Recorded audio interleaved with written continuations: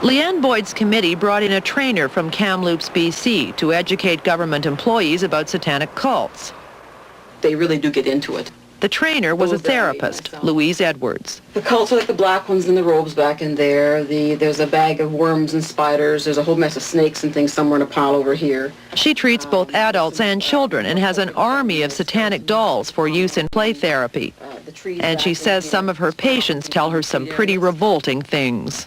They're taking a child away from its parents generally or with the parents' blessing to savagely torment, sexually abuse, drug or medicate, lock up, be isolated alone, put them in with cages with snakes and crap like that, lower them into graves, drain their blood, make them drink blood, kill animals. I mean, the list is endless on what they do to them, and I haven't even got to 7 years old yet. In a paper she wrote on ritual abuse, Ms. Edwards lists the symptoms that help identify victims. They include fear of blood, fear of creepy crawlies, fear of ketchup, and in artwork, mess or scribble lines, lonely mountain or lake scenes, and Christmas trees. Isn't it normal for kids to doodle Christmas trees? Certainly if they were doing pentagrams, putting devil figures inside the trees and stuff, yeah, I guess I'd be a little bit worried when they shouldn't know anything about that. But you didn't say that. You said Christmas tree. You didn't specify that they had to draw a devil in it for people to be worried about it. No, but please bear in mind that paper's 4 years old already and it's being redone again. So is that wrong then? Well, I would change that now. Yeah, I would change that now. Okay, I just want to be clear on what is out and what is in. Fear of ketchup, right? Is that ketchup staying? And blood, yeah, very definitely. I mean, so people are reacting to ketchup that way, and cranberry juice, and tomato juice. Red tea, that was a raspberry tea that's out, a red type of tea that... So is that going to go on the list too? Yeah, several have mentioned that one actually. Do you worry that you might be creating a panic situation? You've got all these people out there now looking for it. Aren't they going to find it? We're hoping that by approaching it in this way, we're doing the opposite, that we're preventing a panic situation. What we don't want is some kind of sensationalized focus on the worst parts of this, which is always the bodies and, some of those issues. But that's what you tell them about, isn't it? We mention that. Yeah, that's part of what we mention. But what we're really talking about is how does one look for this kind of abusive situation? How do kids get recruited into cults? But you're alleging this. What proof could you show me that this exists? If I wanted proof, what could you show me? If you're looking for hard proof, concrete proof of bodies or those kinds of things, I don't have any of that kind of proof. The proof that we have had disappears. What proof has disappeared that we had? Okay, a good example is I had baby wax, and I wanted that to be analyzed. What's baby wax? Wax from a baby was burned, a baby that was burned, and the wax was made into a candle of a baby wax. It's a very important thing in the cult. Nobody will test it. They make candles out of babies. The wax, the baby flesh. And you have this? Yeah. Could I see it? I haven't got it. I kept it in a safe, but I do have it. Well, we'll get it tested for you. No police will do. Oh, you can have a sample of it then. Despite repeated requests, we are still awaiting our baby wax candle from Ms. Edwards. What I know clearly, because I've had this argument thousands and thousands of times, is those people who choose to believe that this is going on, there is simply nothing that you can say to them that will change their mind. No matter what you say, they have an explanation. The only thing that I've discovered that in order to maintain their belief system, in spite of the lack of hard corroborative evidence, they have to keep making the conspiracy larger and more exotic and more bizarre. So they have to be breeding babies. They didn't record their births. They're baby breeders.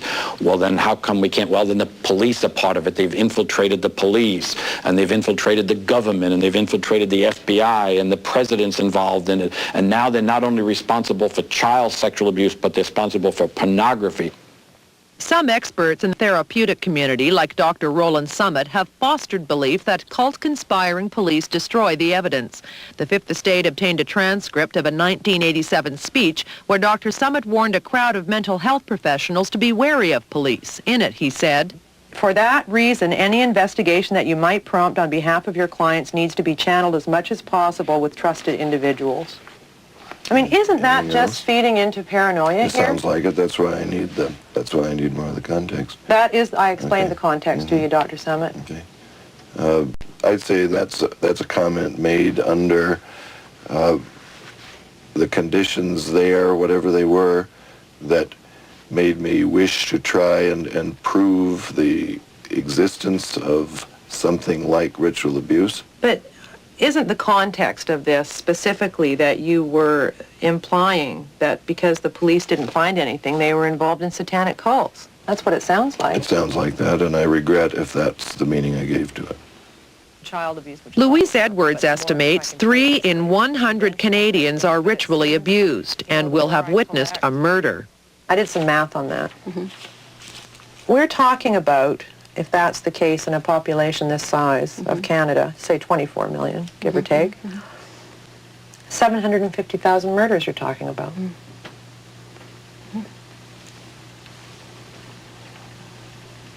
And the problem is? Does that make sense? 750,000 murders. Can you stand by that? Yeah, I think I would. No one ever finds anything. Not a bone. Crematoriums, yeah. They must have conveyor belts going in and out of these things. Well, I'm sure there'd be a few of them were definitely satanically related. Are these missing people? Who are these 750,000 dead Canadians? Some are imaginary murders with kids, that we You know don't too. say that in your paper. You say that, and you said to me that they've witnessed murders. You didn't say that they were imaginary. Well, then that's one thing I would change in there. So that's wrong Possibly. too. Imaginary murders, possibly. Dr. Summit says there's a growing backlash against those who believe in ritual abuse. I have no hesitation to describe in some detail the efforts of people to turn this around back to disbelieving children, or especially to use the issue of ritual abuse as the fatal flaw, to illustrate that anyone who would believe in ritual abuse must be unreliable and fanatic. But the FBI disagrees. I'm not trying to put child sexual abuse in the closet. As a matter of fact, the reason that I'm here, the reason that I've written about this, the reason I agree to do these interviews is just the opposite. Because what I'm afraid of is that when these stories don't check out, it's going to fuel the backlash against the reality of child sexual abuse. It's going to play a bigger role in putting this back in the closet if we don't recognize and address what's going on here, if we don't recognize the complexity of what's involved in all of this and just blindly accept anything that any victim says, it's going to fuel the backlash.